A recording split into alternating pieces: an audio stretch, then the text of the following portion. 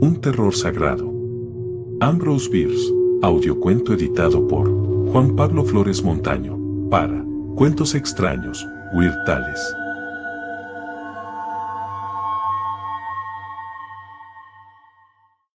Un terror sagrado. Ajouli Terror, 1882. Y el último en llegar a Hurdy-Gurdy no produjo el menor interés. Ni siquiera fue bautizado con ese apodo pintorescamente descriptivo que con tanta frecuencia es la palabra de bienvenida al recién llegado a un campamento minero. En casi cualquier otro campamento de por allí esa circunstancia le habría asegurado algún apelativo como el enigma de la cabeza blanca o Nosarbi, una expresión que ingenuamente se suponía sugería a las inteligencias rápidas la frase española quién sabe. Llegó sin provocar la menor ondulación de interés sobre la superficie social de Hurdy-Gurdy, un lugar que al desprecio general californiano por la historia personal de cada hombre añadía la indiferencia local por el suyo propio. Hacía ya muchísimo tiempo que nadie de la menor importancia había llegado allí, si es que había llegado alguien. Porque en Hurdy-Gurdy no vivía nadie. Solo 2 años antes el campamento había incluido una bulliciosa población de 2.000 o 3.000 hombres y no menos de una docena de mujeres. La gran mayoría de los primeros había trabajado duramente varias semanas para demostrar, ante el desagrado de las últimas, el carácter singularmente mentiroso de la persona que les había atraído hasta allí con ingeniosos relatos acerca de ricos depósitos de oro. Ese acto, pues todo hay que decirlo, no le produjo ni satisfacción mental ni beneficio económico, pues la bala de una pistola de un ciudadano de espíritu cívico había colocado a ese caballero tan imaginativo más allá del alcance de las calumnias al tercer día de crearse el campamento. No obstante, su ficción resultó tener de hecho ciertos fundamentos, por lo que muchos se habían quedado un tiempo considerable en los alrededores de Hurdy-Gurdy, aunque ya hacía tiempo que se habían ido todos. Dejaron, no obstante, amplias muestras de su estancia. Desde el punto en el que Indian Creek se une al río San Juan Smith, ascendiendo por las 2 orillas del primero hasta el cañón en el que emerge, se extendía una doble fila de chozas desvencijadas que para lamentar su desolación parecía que fueran a caerse unas encima de las otras, y un número igual de cabañas se había esparcido pendiente arriba a ambos lados encaramándose sobre las prominencias, desde donde se inclinaban hacia adelante para tener una buena vista de la desoladora escena. La mayoría de esos habitáculos se habían ido demacrando, como por hambre, hasta alcanzar la condición de simples esqueletos de los que pendían desagradables jirones de lo que podría haber sido piel, pero en realidad era lienzo. El pequeño valle que habían abierto con pico y pala se veía afeado por las largas y curvadas líneas de los canalillos podridos que daban aquí y allá arriba de las crestas afiladas, y se apoyaban dificultosamente a intervalos sobre palos mal cortados. Todo el lugar presentaba ese aspecto tosco y lúgubre del desarrollo detenido que en un país nuevo sustituye a la gracia solemne de las ruinas forjadas por el tiempo. Allí donde había quedado algún resto del suelo original se habían extendido hierbas y zarzas, y en los lugares húmedos y malsanos el visitante curioso podría haber obtenido innumerables recuerdos de la antigua gloria del campamento, una bota sin pareja recubierta de moho verde y repleta de hojas podridas, un ocasional sombrero viejo de fieltro, restos de una camisa de franela, latas de sardinas inhumanamente mutiladas y una sorprendente abundancia de botellas negras distribuidas por todas partes con una imparcialidad verdaderamente universal. 2. El hombre que acababa de redescubrir Hurdy-Gurdy no sentía curiosidad por su arqueología. Y cuando vio a su alrededor las lúgubres muestras del trabajo perdido y las esperanzas rotas, cuyo significado desalentador se veía acentuado por la pompa irónica del dorado barato que provocaba el sol naciente, su suspiro de fatiga no reveló ninguna sensibilidad. Simplemente quitó de lomos de su fatigado burro un equipo de minero algo más largo que el propio animal, ató este a una estaca, eligió de entre su equipo un hacha pequeña y cruzó enseguida el lecho seco de Indian Creek para dirigirse a la parte superior de una colina baja que había al otro lado. Al pisar una valla caída que había estado formada por matas y tablas, eligió una de estas y la cortó en 5 partes que afiló por uno de los extremos. Después inició una especie de búsqueda, agachándose de vez en cuando para examinar algo con gran atención. Finalmente su paciente examen debió verse recompensado por el éxito, pues de pronto se levantó cuán largo era, hizo un gesto de satisfacción, pronunció la palabra «Scary» 5 y se alejó enseguida con pasos largos e iguales que fue contando. Se detuvo y clavó en el suelo una de las estacas. Después miró cuidadosamente a su alrededor, midió un número de pasos sobre un terreno singularmente desigual y clavó otra estaca. Recorriendo 2 veces esa distancia en ángulo recto con la dirección anterior, clavó una tercera, y repitiendo el proceso metió la cuarta y finalmente la quinta. Hizo después una hendidura en la parte superior, en la que insertó un viejo sobre de cartas cubierto con un intrincado sistema de trazos hechos a lápiz. En resumen, había presentado una reclamación de terrenos de estricto acuerdo con las leyes de la minería local de Urdigurdi y había colocado la nota habitual. Es necesario explicar que uno de los terrenos adjuntos a Urdigurdi, que con el tiempo acabó estando adjunto a la metrópolis, era un cementerio. En la primera semana de la existencia del campamento había sido trazado cuidadosamente por un comité de ciudadanos. Al siguiente día se había producido un debate entre 2 miembros del comité acerca de un lugar mejor, y al tercer día la necrópolis fue inaugurada con un funeral doble.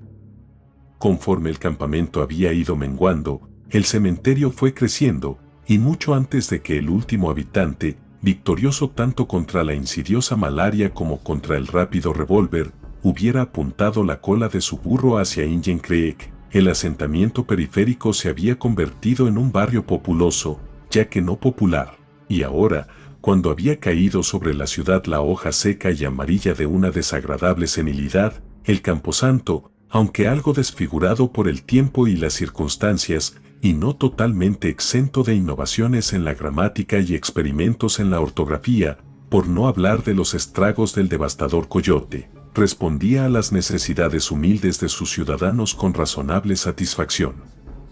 Formaba un generoso campo de 2 acres, que había sido elegido con encomiable sentido de la economía, pero innecesariamente, porque no tenía valor como campo de mineral, e incluía 2 o 3 árboles esqueléticos. De una robusta rama lateral de uno de ellos colgaba todavía significativamente una cuerda estropeada por el tiempo, medio centenar de montículos, una veintena de toscos tablones cuyas inscripciones mostraban las peculiaridades literarias ya mencionadas y una esforzada colonia de chumberas.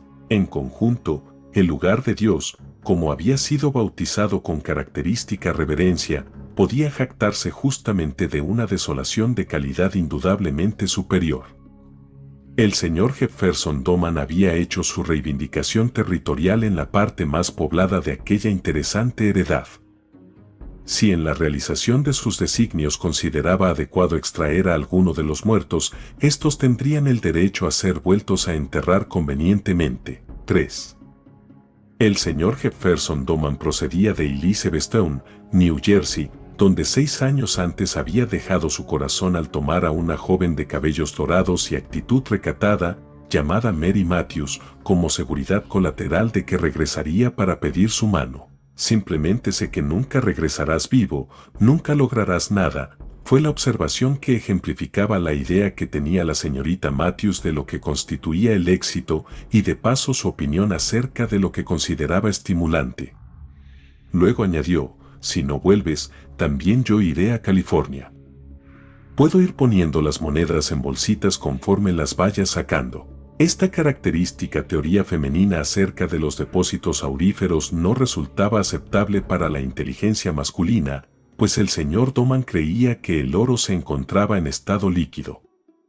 Él desaprobó la intención de ella con considerable entusiasmo, reprimió sus sollozos poniendo ligeramente una mano en su boca, se rió mientras le besaba las lágrimas y con un alegre, nos veremos, se fue a California a trabajar por ella durante largos años sin amor, con un corazón poderoso, una esperanza alerta y una fidelidad firme que ni por un momento se olvidó de lo que estaba haciendo. Entretanto, la señorita Matthews había concedido el monopolio de su humilde talento para meter monedas en sacos al señor Ho Seaman, de Nueva York, jugador, muy apreciado como tal aunque no tanto como el genio de ella para sacarlas luego del saco y dárselas a sus rivales locales. Por lo que respecta a esta última actitud, él manifestó su desaprobación con un acto que le valió el puesto de encargado de la lavandería de la prisión estatal y a ella el sobrenombre de Mol Cara Cortada. Aproximadamente en aquella época escribió al señor Doman una conmovedora carta de renuncia, incluyendo su fotografía como muestra de que ya no tenía el derecho a permitirse soñar con que se convertiría en la señora Doman, al tiempo que le contaba tan gráficamente cómo se había hecho esa herida al caerse de un caballo, que el señor Doman se vengó de aquel animal abusando de las espuelas con el pobre e inocente potro que le había llevado hasta Red Dog para recoger la carta, y con el que regresaba al campamento, pero la carta no consiguió cumplir su objetivo. La fidelidad que hasta entonces había sido para el señor Doman un asunto de amor y deber se convirtió desde entonces también en un tema de honor, y la fotografía, que mostraba el rostro en otro tiempo hermoso tristemente desfigurado, como por el corte de un cuchillo, se instaló en su afecto, mientras su predecesora, más hermosa, era tratada con desprecio contumaz. Es justo decir que al ser informada de aquello, la señorita Matthews no pareció sorprenderse de lo poco que había estimado la generosidad del señor Doman, que por el tono de su última carta habría cabido esperar. Sin embargo, poco después las cartas de ella empezaron a ser cada vez menos frecuentes, hasta que por fin cesaron totalmente, pero el señor Doman tenía otro corresponsal, el señor Verney Bree, de Hurdy-Gurdy, quien anteriormente había estado en Red Dog. Este caballero no era minero, aunque entre estos resultaba una figura notable. Su conocimiento de la minería consistía principalmente en un dominio maravilloso de su jerga, a la que había hecho abundantes contribuciones, enriqueciendo su vocabulario con una abundancia de frases inusuales más notables por su aptitud que por su refinamiento, y que impresionaban a los novatos, sin instrucción por la sensación de profundidad del conocimiento del inventor. Cuando no mantenía un círculo de admirativos oyentes procedentes de San Francisco o del Este, se le podía encontrar entregado al trabajo, comparativamente más oscuro, de barrer las diversas casas de baile y purificar las escupideras. Verney no parecía tener más que dos pasiones en la vida: el amor a Jefferson Doman, que en otro tiempo le había prestado algún servicio, y el amor al whisky, que desde luego no se lo había prestado. Había estado entre los primeros que se abalanzaron sobre Hurdy-Gurdy, pero no había prosperado y gradualmente se fue degradando hasta la posición de sepulturero. No era una vocación, pero Verney dedicaba a ella su mano temblorosa de forma irregular siempre que se producía algún mal entendimiento en la mesa de juego, coincidiendo en el tiempo este trabajo con su recuperación parcial de una prolongada época de vicio. Un día, el señor Doman recibió en Red Dog una carta con un matasellos que simplemente decía «Herdy, Cal», y como se hallaba ocupado por otra cosa, la dejó descuidadamente en un agujero de su cabaña para leerla más tarde. Unos 2 años más tarde la encontró accidentalmente y la leyó. Decía lo siguiente: Hurdy, 6 de junio. Amigo Jeff, la encontré buena en el campo de huesos. Está ciega y piojosa. Estoy montado, es mío y mi parte es tuya también. Tuyo. Verney. Postdata, la marqué con Scarry.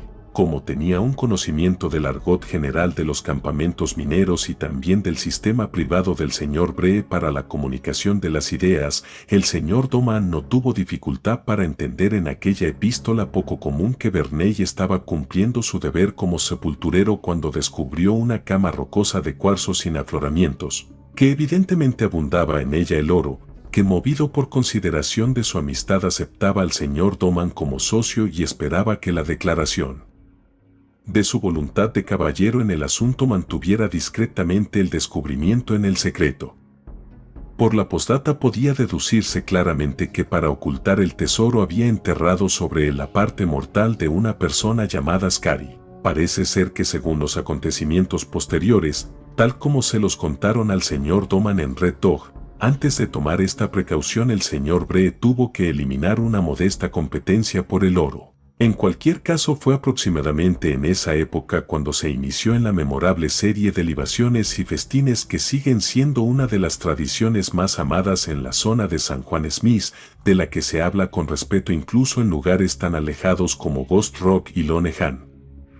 Cuando concluyeron las celebraciones, algunos antiguos ciudadanos de Hurdy-Gurdy, para quienes había realizado amablemente sus oficios en el cementerio, le dejaron sitio entre ellos y allí se quedó para su descanso. 4. Cuando terminó de clavar las estacas como su reivindicación minera, el señor Doman regresó andando al centro de esta y se quedó inmóvil en el mismo punto en el que su búsqueda ante las tumbas había terminado al exclamar «Scary». Volvió a inclinarse sobre el tablero que llevaba ese nombre y, como para reforzar los sentidos de la vista y del oído, pasó el dedo índice a lo largo de las letras toscamente talladas. Al levantarse de nuevo, añadió oralmente a esa inscripción simple este sorprendente epitafio: «Fue un terror sagrado». Si le hubieran pedido al señor Doman que aportara pruebas de esas palabras, y considerando que tenían un carácter algo censurable, sin duda se lo habrían pedido. De haber alguien, se habría visto en una difícil situación por la ausencia de testigos fiables y a lo más que habría podido apelar habría sido a la evidencia de los rumores. En aquel tiempo, cuando Scary había tenido fama en los campamentos mineros de la zona, cuando tal como lo habría dicho el editor del Herald Herald se encontraba ella, en la plenitud de su poder, la fortuna del señor Doman se encontraba en una marea baja y llevaba la vida errantemente laboriosa de un prospector. Había pasado la mayor parte del tiempo en las montañas, unas veces con un compañero y otras con otro. Su juicio acerca de Scary se había formado a partir de los recitales admirativos de esos compañeros casuales procedentes de diversos campamentos. Personalmente no había tenido nunca la dudosa ventaja de conocerla ni la precaria distinción de sus favores.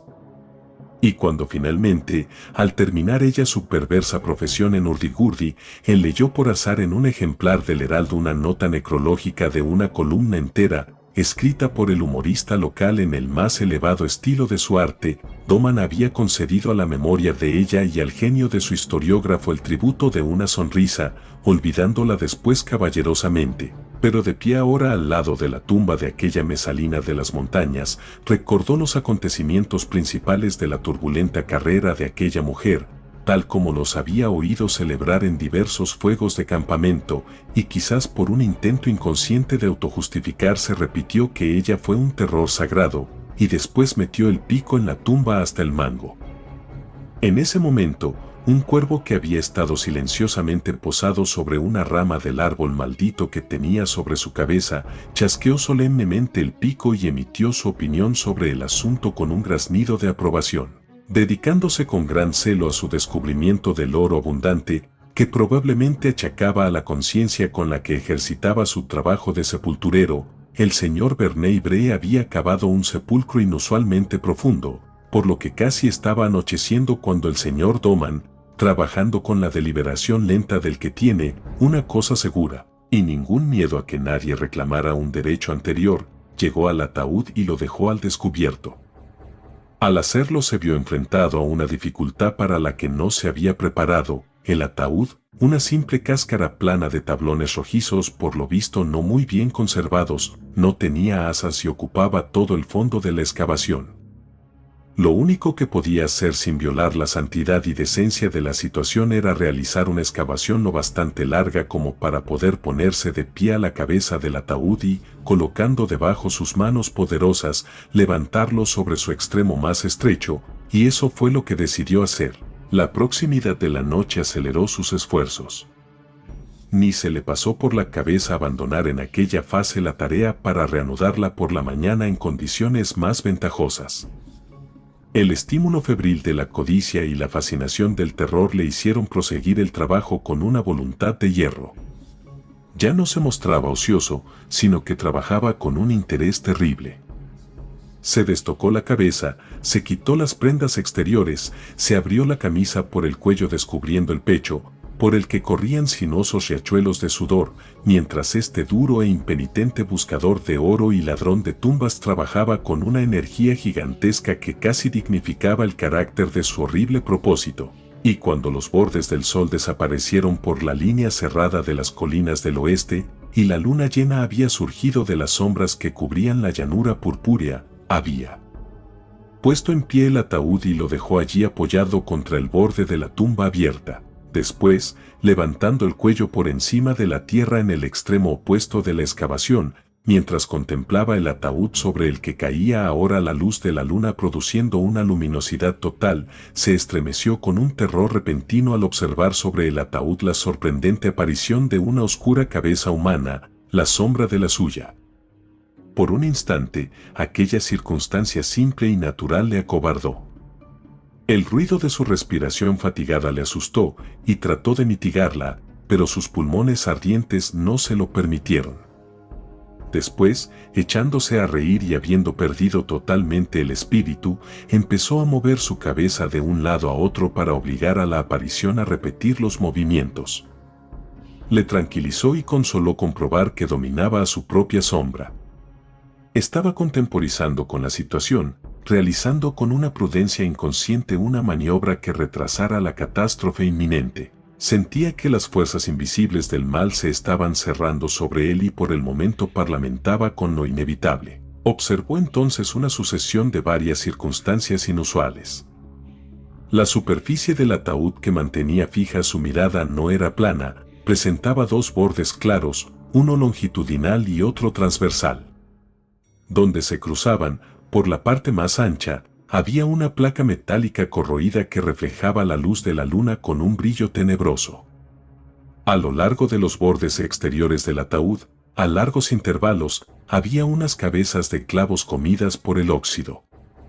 Este frágil producto del arte de carpintero se había introducido en la tumba por el lado contrario. Quizás fuera una de las bromas del campamento, una manifestación práctica del espíritu chistoso que encontraba su expresión literaria en la noticia necrológica, desordenada y patas arriba, salida de la pluma del gran humorista de Hurdy-Gurdy. Quizás tuviera algún significado personal y oculto en el que no pudieran penetrar las mentalidades no instruidas de la tradición local. Una hipótesis más caritativa era que, debido a un infortunio del señor Verney Bree, al realizar sin ayuda el enterramiento, bien por decisión propia, para preservar en secreto su oro, o por la apatía pública, había cometido un error que después no pudo o no quiso rectificar. Pero cometido el error, la pobre Scary fue bajada a tierra boca abajo. Cuando el terror y la estupidez se alían, el efecto es terrible. Aquel hombre osado y de fuerte corazón, aquel duro trabajador nocturno entre los muertos, el enemigo que desafiaba la oscuridad y la desolación, sucumbió a una sorpresa ridícula. Le sobrecogió un escalofrío, se estremeció y sacudió sus hombros enormes como si tratara de quitarse de encima una mano helada. Ya no respiraba y la sangre de sus venas, incapaz de reducir su ímpetu, brotaba ardiente bajo su piel fría.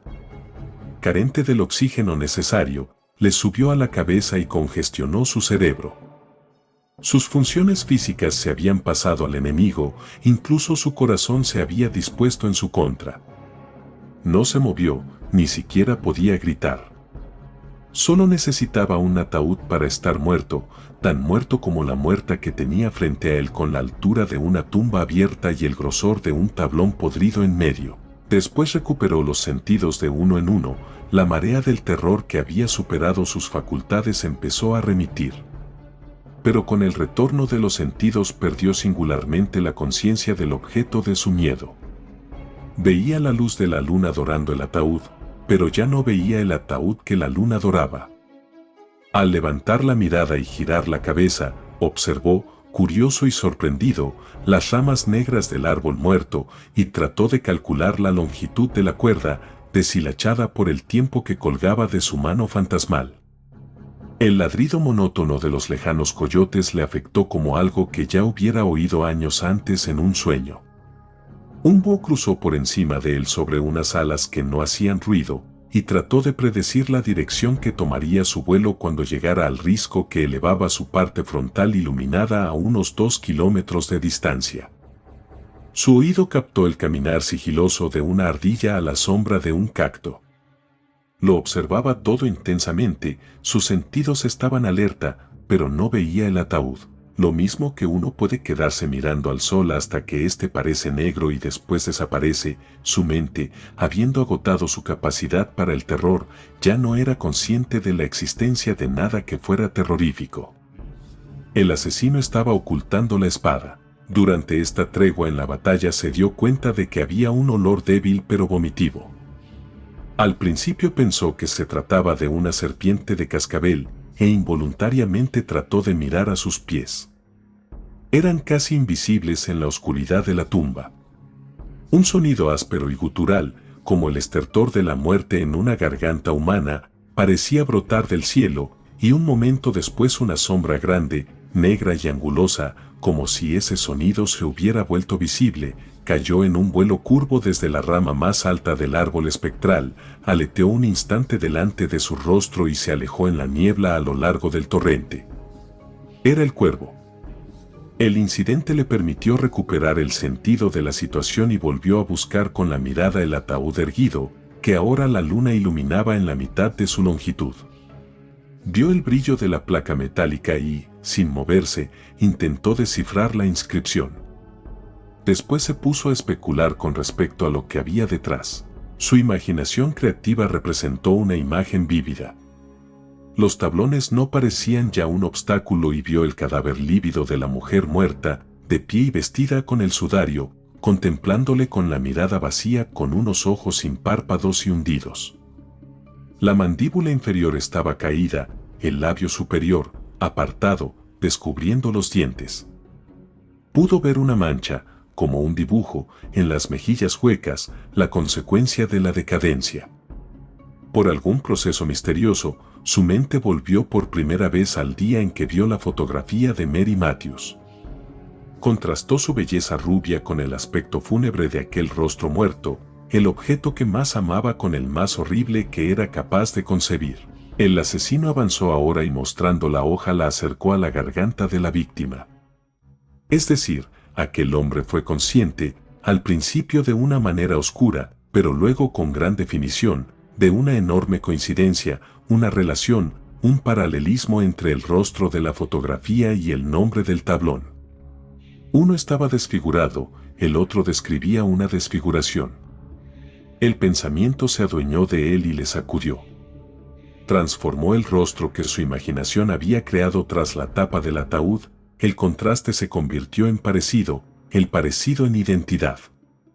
Recordando las numerosas descripciones de la apariencia personal de Scary, que había oído en las murmuraciones de los fuegos de campamento, intentó recordar, sin demasiado éxito, la naturaleza exacta de la desfiguración por la que la mujer había recibido ese feo apodo, y lo que faltaba en su memoria lo proporcionaba la imaginación, llenándolo con la validez de la convicción.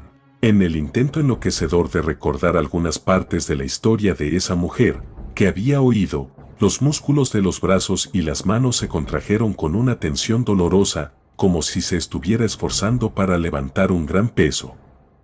El esfuerzo hacía temblar y retorcerse su cuerpo. Los tendones de su cuello estaban tan tensos como una tralla, y empezó a respirar a boqueadas breves y potentes. La catástrofe no podía retrasarse ya demasiado si no quería que la agonía de la anticipación no dejara nada por hacer al golpe de gracia de la verificación. El rostro cicatrizado que había tras la tapa le mataría a través de la madera. Un movimiento del ataúd alteró sus pensamientos.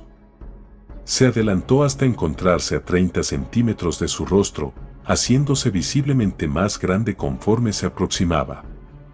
La placa metálica oxidada, con una inscripción que no podía leerse con la luz de la luna, le miraba fijamente a los ojos.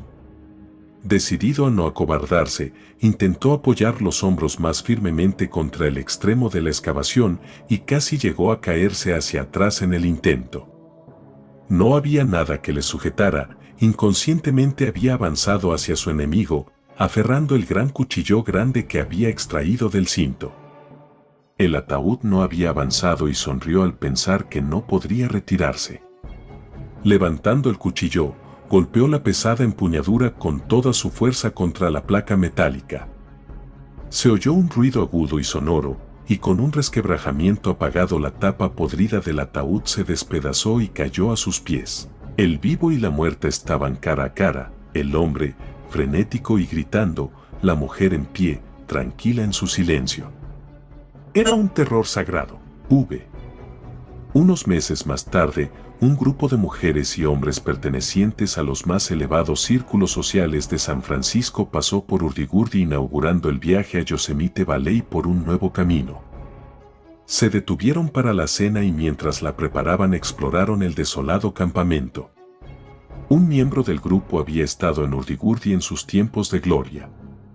Había sido uno de sus ciudadanos prominentes, y solía decirse que en una sola noche pasaba por su mesa de faro más dinero que en las de sus competidores en toda una semana, pero siendo ahora millonario, se dedicaba a empresas más importantes y no consideraba que aquellos primeros éxitos tuvieran una importancia suficiente como para merecer la distinción de un comentario. Su esposa inválida, una dama famosa en San Francisco por la costosa naturaleza de sus entretenimientos y el rigor que ponía en relación con la posición social y los antecedentes de quienes la acompañaban, iba con la expedición. Durante un paseo por entre las chozas del campamento abandonado, el señor Porfer dirigió la atención de su esposa y amigos hacia el árbol seco que había en una colina baja, al otro lado del Indian Creek. Tal como les dije, afirmó, pasé por este campamento en 1852 y me contaron que no menos de 5 hombres fueron ahorcados allí por los vigilantes en diferentes momentos, y todos en aquel árbol. Si no me equivoco, todavía cuelga de él una cuerda. Vayamos a ver ese lugar. Lo que no añadió el señor Porfer fue que esa cuerda quizás fuera la misma de cuyo fatal abrazo había escapado su cuello por tan poco que si hubiera tardado 1 hora más en salir de esa región habría muerto. Andando despacio junto al torrente hasta un punto conveniente para cruzarlo, el grupo encontró el esqueleto de un animal atado a una estaca que el señor Porfer, tras examinarlo debidamente, afirmó era el de un asno. Las orejas que lo distinguían habían desaparecido, pero una gran parte de la cabeza no comestible había sido perdonada por alimañas y pájaros, además la resistente brida de pelo de caballo estaba intacta, lo mismo que la cuerda de un material similar que lo ataba a una estaca firmemente hundida todavía en la tierra. A su lado estaban los elementos metálicos y de madera de un equipo de minero. Hicieron los comentarios habituales, cínicos por parte de los hombres y sentimentales y refinados por la de las damas. Un momento más tarde se encontraron junto al árbol del cementerio y el señor Porfer se deshizo de su dignidad lo suficiente como para colocarse bajo la cuerda podrida y enlazarla confiadamente alrededor de su cuello, lo que por lo visto pareció satisfacerle mucho a él, pero causó un gran horror a su esposa, que sufrió un pequeño ataque con la representación. La exclamación de un miembro del grupo los reunió a todos junto a una tumba abierta, en cuyo fondo vieron una confusa masa de huesos humanos y los restos rotos de un ataúd. Los coyotes y las águilas ratoneras habían ejecutado los últimos y tristes ritos por lo que se refería a todo lo demás. Vieron 2 cráneos, y para investigar esta repetición bastante inusual, uno de los hombres jóvenes tuvo la audacia de introducirse de un salto en la tumba y pasárselos a uno de los que estaba arriba antes de que la señora Porfer pudiera dar a conocer su desaprobación a ese acto tan sorprendente, aunque lo hiciera con considerable sentimiento y con palabras muy selectas. Al proseguir su búsqueda de los restos en el fondo de la tumba, el joven entregó una placa de ataúd oxidada con una inscripción toscamente hecha que, con dificultad, el señor Porfer descifró y leyó en voz alta con un serio intento, no totalmente desprovisto de éxito, de obtener el efecto dramático que consideraba adecuado a la ocasión y a su capacidad retórica. Manuelita Murphy. Nacida en la Misión San Pedro, muerta en Hurdigurdy. A los 47 años. El infierno está lleno de gente así. Como deferencia a la piedad del lector y a los nervios del fastidioso grupo de ambos sexos que comparten los nervios de la señora Porfer, No nos referiremos a la dolorosa impresión producida por esa inusual inscripción, salvo para decir que la capacidad de elocuencia del señor Porfer no había encontrado nunca antes un reconocimiento tan espontáneo y abrumador. El siguiente objeto que recompensó al necrófago de la tumba fue una maraña larga de cabellos negros manchados de barro, pero recibió poca atención porque rompió el ambiente anterior. De pronto, con una breve exclamación y un gesto de excitación, el joven desenterró un fragmento de roca grisácea y, tras inspeccionarlo presurosamente, se lo entregó al señor Porfer. Cuando la luz del sol cayó sobre él lanzó unos destellos amarillos, estaba recubierto de puntos brillantes. El señor Porfer lo cogió, inclinó la cabeza sobre él un momento y lo arrojó descuidadamente con un solo comentario. Piritas de hierro, el oro del loco. El joven del descubrimiento quedó por lo visto un poco desconcertado. Entretanto la señora Porfer, incapaz de soportar ya aquel desagradable asunto, había vuelto junto al árbol y se había sentado sobre sus raíces.